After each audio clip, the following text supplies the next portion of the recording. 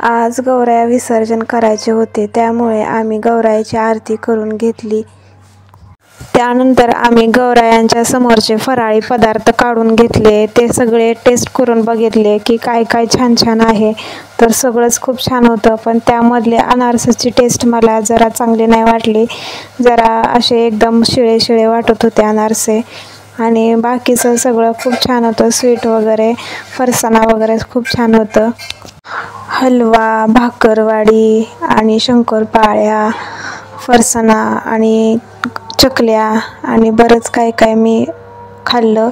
खूप छान होतं खायला फराळाचं। त्यानंतर मी संध्याकाळी 7:30 वाजता डेकोरेशन पाहायला निघाले। डेकोरेशन खूप छान झालं होतं, सगळ्याच ठिकाणचं, सगळ्याच मंडळांचं खूप छान डेकोरेशन होतं। हे पहा गणपती किती छान आहेत, त्याच्या बाजूला ह्या सगळ्या देव्यांच्या मूर्त्या बनवल्या होत्या आणि ह्या कागदापासून बनवल्या होत्या मूर्त्या, पण खूपच छान काम केलं होतं।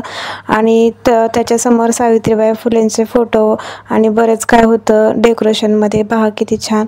आणि त्यानंतर आम्ही अजून एका मंडळाकडे गेलो, पण खूप तिथं गर्दी होती। म्हटलं नक्की आहे तरी काय, तर तिथं भूतांचं डेकोरेशन केलं होतं आतमध्ये। ते खरोखरीची भूतं असं फील होत होतं की आपण खरंच भूताच्या दुनियात आलोय की काय। पण रेकॉर्ड करायला अलाउड नव्हतं, तरी सुद्धा बघा मी रेकॉर्ड केलं।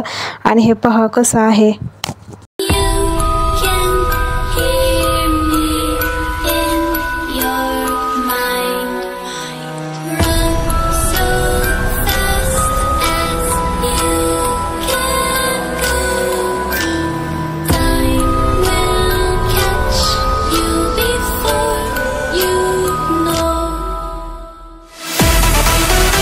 त्यानंतर आम्ही अजून एका डेकोरेशनकडे गेलो, पण इथं नाटक सुरू होतं। दरवर्षी नाटक खूप पाहण्यासारखं असतं, खूप छान असतं।